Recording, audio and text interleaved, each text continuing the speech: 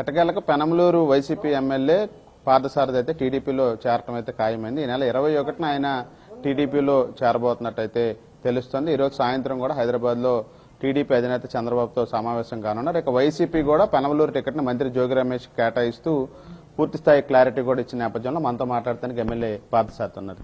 Sir, ప్రధానంగా party అయితే clarity ఇచ్చేసింది టికెట్ జోగి రమేష్. మీరు కూడా పార్టీ నుంచి పోటీ చేయడానికి సిద్ధంగా లేననే క్లారిటీ కూడా ఇచ్చారు. ఇక ఈ పార్టీ మారటానికి సంబంధించి పూర్తిస్థాయిలో ఎప్పుడు మీరు అధికారికంగా ప్రకటించాలి? బహుశా నేను ఎవరిని కొట్టలేను, లేకపోతే ఎవరిని దుర్భాషలతో తిట్టలేననే ఉద్దేశంతో వైఎస్ఆర్ కాంగ్రెస్ పార్టీకి దూరం చేశారు. మిగతా ఏవైతే మీరు ప్రశ్నించారో అవన్నీ కూడా 25 సంవత్సరాల నుంచి పెనమలూరు ప్రజలతో, పెనమలూరులోని రాజకీయ కార్యకర్తలతో నాకు సంబంధాలు, అనుబంధాలు ఉన్నాయి. కాబట్టి వారితో మాట్లాడినాక తర్వాత కార్యాచరణ ఏమిటనేది నేను తెలియజేస్తాను. అంటే సార్, మీరు మొదటి నుంచి కూడా ఈ బీసీ యాత్ర నుంచి ఏదైతే మంత్రివర్గ విస్తరణ నుంచి అసంతృప్తిగా ఉన్న బీసీ యాత్రలో అయితే మీరు అవమానాలు పడుతున్నారనే అంశాన్ని కూడా స్పష్టంగా చెప్పారు. అంటే ఏంటి, పార్టీలో ఎటువంటి ఇబ్బందులు పడ్డారు? ఇప్పుడు మీరు ఇందాడు కూడా అన్నారు, తిట్టలేకపోతున్నా కాబట్టి నేను పార్టీలో దూరం అయ్యానని. అంటే తిట్టే వాళ్ళకి ప్రాముఖ్యతనిస్తున్నట్లు మీరు కూడా చూస్తున్నారు. సో చాలా వార్తల్లో కూడా మనం చూసాం, పార్టీ కూడా అదే ఇష్టపడుతుందని చెప్పేసి. అది నేను చేయలేను కాబట్టి బహుశా నన్ను దూరం పెట్టుంటా అనుకున్నాను.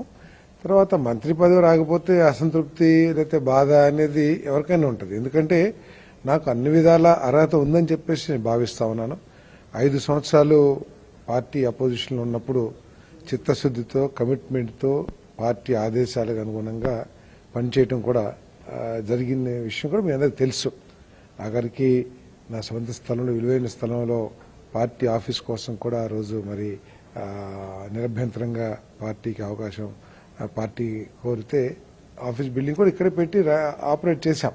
సో ఇవన్నీ ఉన్నాయి కాబట్టి తప్పకుండా నాకు మంత్రి పదవి లభిస్తుంది అని చెప్పేసి అంతకుముందు పార్టీ నాకు ఇచ్చిన నమ్మకం కూడా అదే. కాబట్టి ఇవ్వలేదు. కాబట్టి ఒక మనిషిగా నా అసంతృప్తిని నేను వ్యక్తపరిచాను.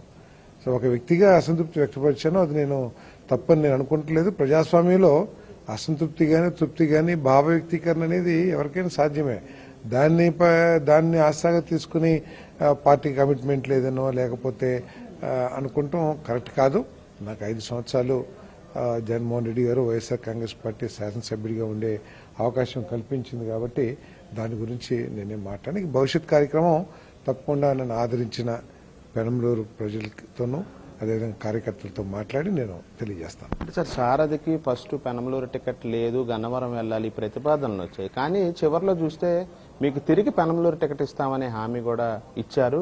అదేవిధంగా మంత్రి పదవి మీద వచ్చేసారి వస్తే అధికారంలోకి ఇస్తామనే హామీ ఇచ్చాం. ఆయనే పార్టీని వీడి వెళ్లిపోతున్నారు అనేది కేడర్కు కూడా వైసీపీ నుంచి వెళ్తున్న పరిస్థితి. ఇప్పుడు గన్నవరం ఎందుకు కన్సిడర్ చేయాల్సి వచ్చింది? అక్కడ పార్టీకి ఉన్న విజయావకాశాలు ఏమిటి? విజయావకాశం లేకపోతే నన్ను అక్కడ పెట్టేసి నన్ను బలి చేయటానికా, లేకపోతే ఎవరికైనా ఇంకా ఇంపార్టెంట్ లీడర్కి గెలిచే అవకాశం ఉన్న పెనమలూరులు ఇచ్చి అతనికి ఉన్నత స్థానాన్ని అందించాలనేది పార్టీ ఆలోచించాలి. ఎందుకంటే అటువంటి డిస్కషన్ పార్టీలో జరిగింది కాబట్టి.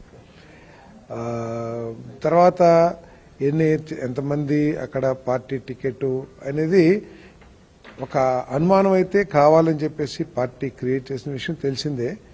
తర్వాత మంత్రి పదవి ఇస్తాము, టికెట్ ఇస్తాము అనేది కార్యకర్తలకు చెప్పి ఏదో చెప్తున్నారు. ఇదే మాట నాకు 2019 ఎన్నికల ముందు కూడా చెప్పారు.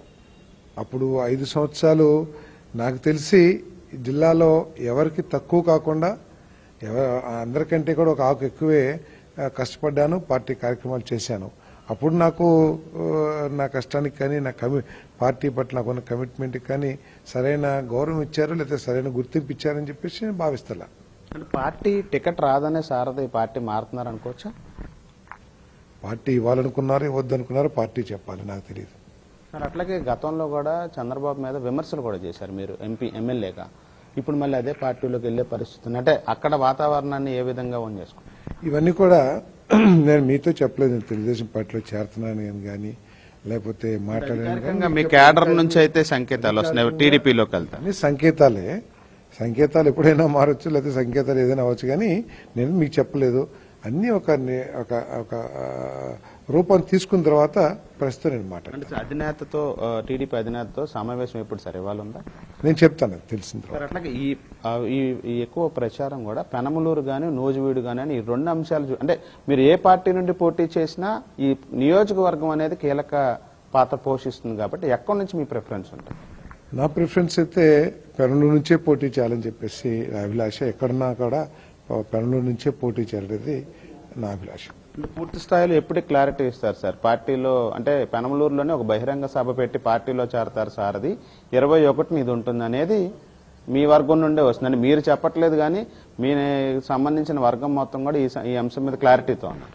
బహుశా వాళ్ళందరూ కూడా ఆ విధంగా ఆశిస్తున్నారేమో నాకు తెలియదు. ఇంకా నేను కొద్దిగా క్లారిటీతో వాళ్ళందరితో మాట్లాడి ఎవరైతే నన్ను ఆశీర్వదించి ఈ స్థాయికి తీసుకొచ్చారో వాళ్ళతో చర్చించి నేను ఒక తగు నిర్ణయం తీసుకుంటాను.